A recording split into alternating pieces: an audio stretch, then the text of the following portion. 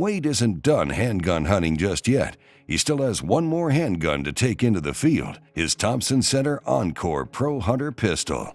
You know, as I was looking ahead to, you know, a hunt I had coming up where I was going to be hunting with the TC Encore, and, you know, I'm hunting with the Encore for a long time, but this would be the first time that I had a chance to actually hunt whitetail with the TC Encore pistol configuration.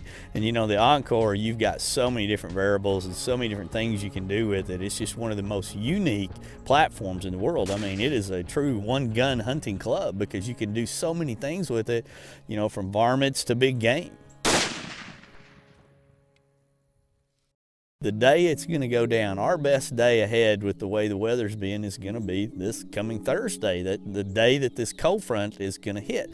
The front, it looked like to me, was going to hit in the middle of the night and then, you know, bring in some rain, and then it would clear up and it would be, you know, a little bit of wind, but it would be, you know, temperatures would be dropping all day long, and the movement should be good all day. One of those days you could, you know, get up in the stand at daybreak and hunt till sunset, or, you know, or until you had success. And, you know, I woke up at 3 o'clock looking at the radar, and I was like, guys, this front's not here yet. It's delayed. And I looked at it at 4 a.m. and looked at it at 5 a.m. And then at 6 a.m., we're literally, you know, still back at the camp. And it's just, it's you know, red and yellows on the radar, and it's slowly coming down, and we're just like, man, we can't, you know, you don't want to be up in a tree with lightning cracking around you. So we're just kind of waiting it out at that point and milling around, and the sky's just starting to break, and we're thinking, man, we're going to miss the entire morning. But there's one thing that's going on in my mind. As soon as it quits raining, in a lot of situations after a front, those deer will get up on their feet and move really good. So once the weather kind of passes through, or what we think the bad stuff's going to be, we're bailing off this front porch, jumping in the Wolverine, blasting through the mud, and we're climbing up in a tree. Well, this is definitely a little bit different scenario than what we usually are doing in the early AM, but we knew a cold front was coming in for where we're hunting at.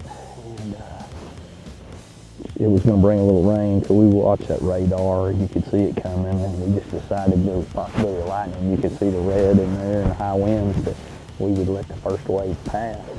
We would try to get up in the stand, you know, basically after daylight to be a little bit on the safer side. As normal, the weatherman was a little bit wrong. There was no lightning. But here's the thing. Where we're hunting at, historically, once the rain quits and this front moves through, the deer are going to get up. So we're pretty confident that, I mean, it's 7:30 right now, we're going to be able to set as long as we want this morning, and deer can come filtering through at any time.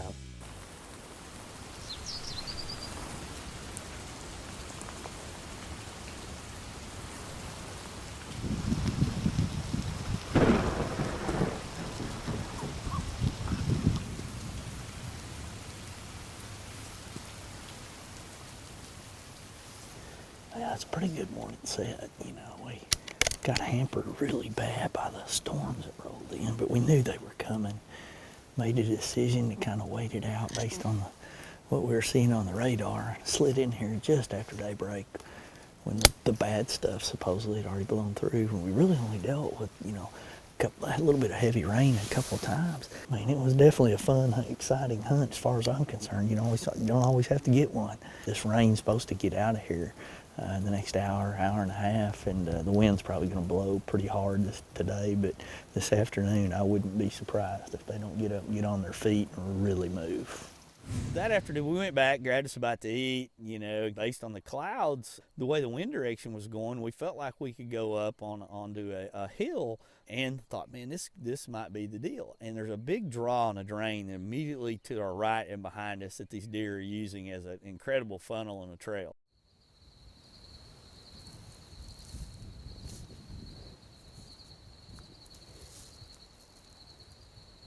We'd been there for, you know, maybe an hour, and a couple of does and fawns kind of meandered through. And it had gotten down to probably about 6:30, you know, which means we were running out of daylight. And when, I mean, all of a sudden Jeff just kind of tapped me on the shoulder and kind of gave me a little head nod, and I looked down there, and here comes a couple of bucks easing up through the brush, one behind the other.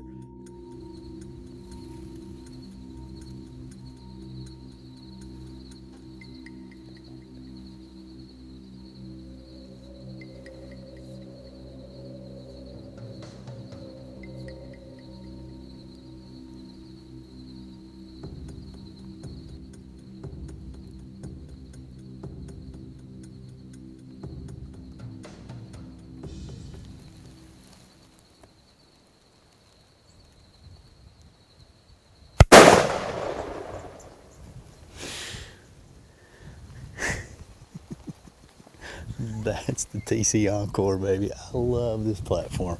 It's so cool to look at. I mean, that 10-point came right up that draw. We've talked about that draw before and how they funnel up through here like that. I mean, it just, you know, whether I'm shooting the rifle, whether I'm shooting turkeys, whether I'm shooting this handgun, I mean, this is fantastic. And I love the 308 cartridge on top of that. So, I mean, if you're looking for the one gun, this is it. And that's one nice buck sitting right down there. He's a mainframe 10. He's got a little kicker coming off over there. He came easing up that draw there. Man, it's been some fun hunting here. We had a rainy day. Set up in the stand this morning. I mean, it was pouring on us. Didn't get one. Saw a good shooter. Knew about this deer, and the wind couldn't have been perfect. That's awesome. Oh man, that's so fun right there.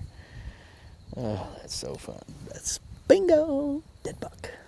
This is what I'm talking about. Big chocolate antlers. That little kicker coming off his G2 on his left-hand side. And I mean, the TC smoked him right there. I put it right on that high pocket, drop him right in his tracks. Just like that. That was fun. I'll tell you right now.